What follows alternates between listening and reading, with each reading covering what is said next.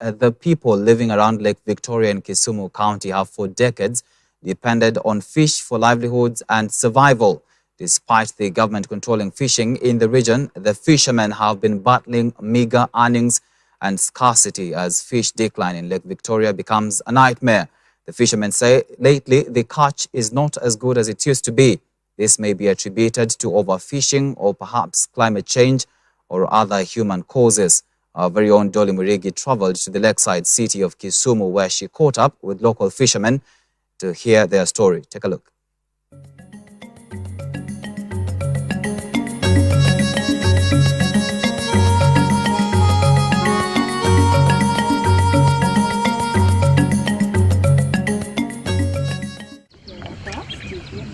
It's 6 o'clock on a cool morning. Even before the sun rises and the warmth of the lake starts to kick in, we meet up with some fishermen at Dunga Beach in Kisumu. The morning fishermen at the workstation at Dunga Beach in Kisumu are set for the day. Some would prefer having enough for the stomach due to the many hours spent on the lake. It is an uphill task for fishermen to fish with metal hooks suspended by nylon threads as they launch their boats to the deep ends. However, it is easier for them to have a good catch while using the nets as they only have to fish at the shallow end, and a boat ride in the afternoon will do. As the morning fishermen set out for fishing at the deep end, the night fishermen are now returning back to the shores of the lake. Depending on the type of catch they want, the night fishermen will have to rush to the shore with a catch before the crack of the dawn to meet the fish vendors who scramble for the early worm. Once they're back, the boat is hauled to the shore by the fishermen. The catch is removed from the nets and sorted according to the type, which include Nile perch, daga, bluegills, catfish, tilapia, among others. Once sorted, the fishermen sell to vendors depending on the best price offered, and the vendors in turn sell the catch to villagers. My colleagues and I spent several hours at the beach before the morning fishermen came back with a catch. The scorching sun to the beautiful view of the lake and the music filling the air from the few restaurants around Dunga Beach was the best experience I had so far. Even the flying and the swimming birds in the lake could tell. It's around noon and some of the fishermen are coming back to the shores. Some of the fish vendors are busy preparing the basins ready to buy from the fishermen. The sale of the fish will depend on the catch. On good days, the catch will be humongous, while on the bad days, the fishermen will have to bear with meager sales.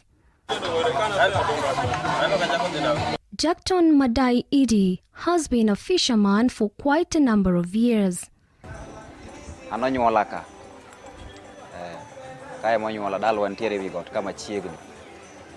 Jackton and his fellow fishermen inspect the fishing net, checking for holes and torn corners as they prepare the net for casting the following day. There are some days where the lake is calm and some days it is not good.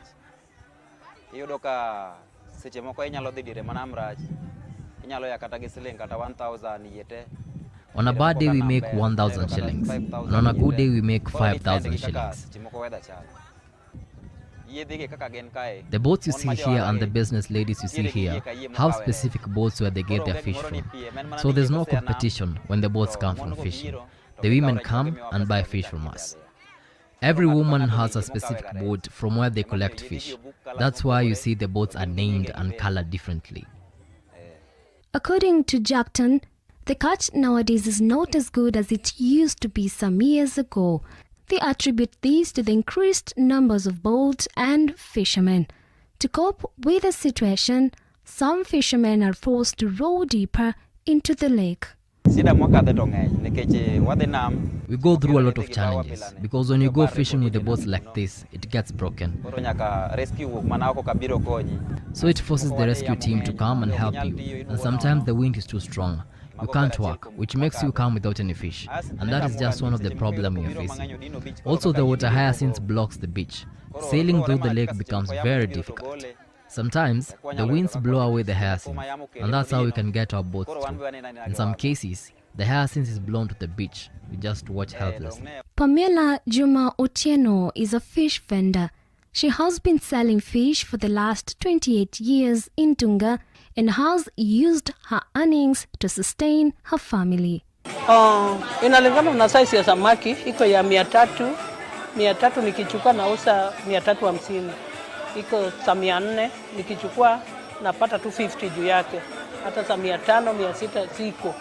Sasa it depends on the size. Ikiwa biashara inaweza kuwa mzuri kwa siku moja, naweza pata 1,000 ama 1,500 kama ni mzuri. Na saa ingine inakuwa mbaya, unaweza toka hata bure kama unaweza pata 300, 400 ama 500.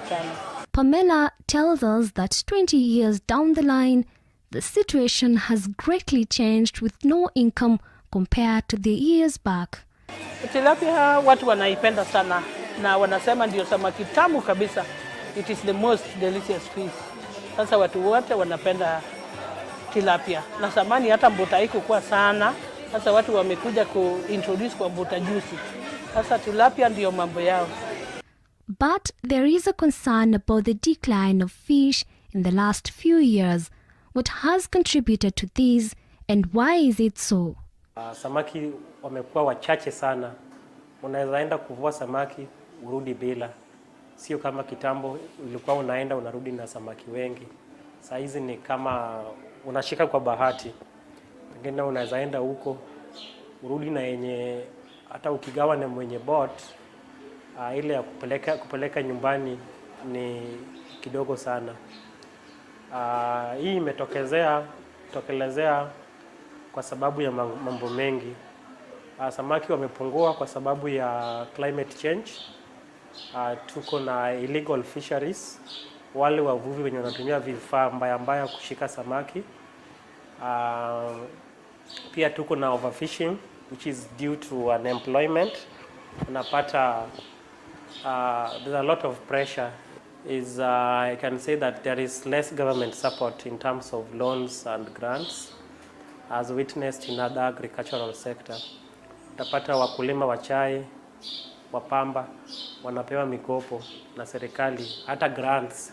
Sisi hapa wanasema wavuvi ni watu wa kutembea. Sasa unaona sisi tupati vitu kama hizo, na pia imekuwa tumeionelea kama ni siasa mbaya. For a very long time we've been neglected as fishermen.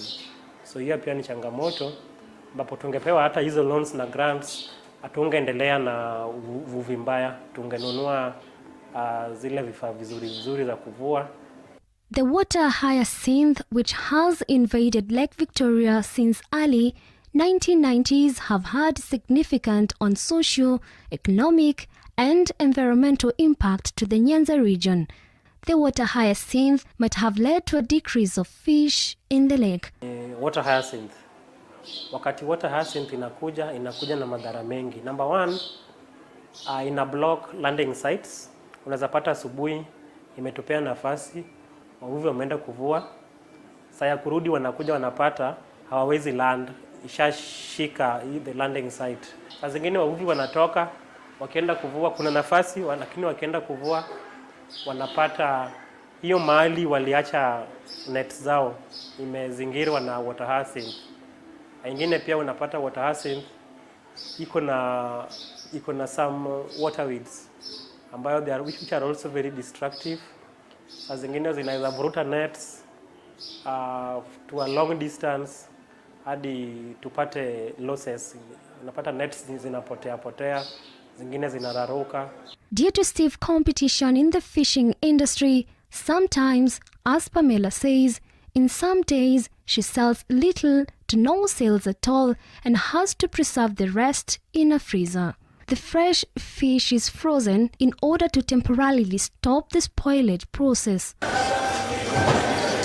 For them to sell the following day, Pamela says the fish can be preserved the whole week before they're sold, depending on her customers or market demand. Fishing is these fishermen's mainstay and have to keep doing it if they have to survive. As the fishermen stare at the present dark days in business, they can only hope for a better future, better working conditions, bigger market, and pleasant wages as they look to fend for their families and sustain livelihoods.